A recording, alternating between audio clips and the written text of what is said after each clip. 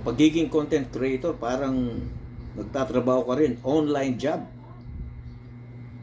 Gagawa ka ng paraan para makagawa ka ng content, para maipasa mo, maipost mo kay Meta, para makita ni Meta na nagtatrabaho ka rin. Kailangan mo rin talagang magsikap. Kailangan mo rin talagang mag-isip kung anong content ang gagawin mo. Ang gusto pa ni Meta ay yung makabuluhang content, yung hindi ka makasisira sa iyong kapwa, yung kumbaga ang sabi nga sa kasabay, real talk, yung makatotohanan.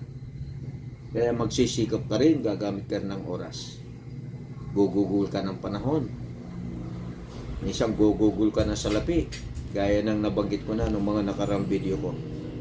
Kailangan talaga yon. Pero hanggat maaari, ang napasin ko lang dito kay Meta, kapag yung content mo ay nasa 2 minuto, minsan yun ang mga nagkakaroon ng harang, ads. Doon kasi tayo kikita.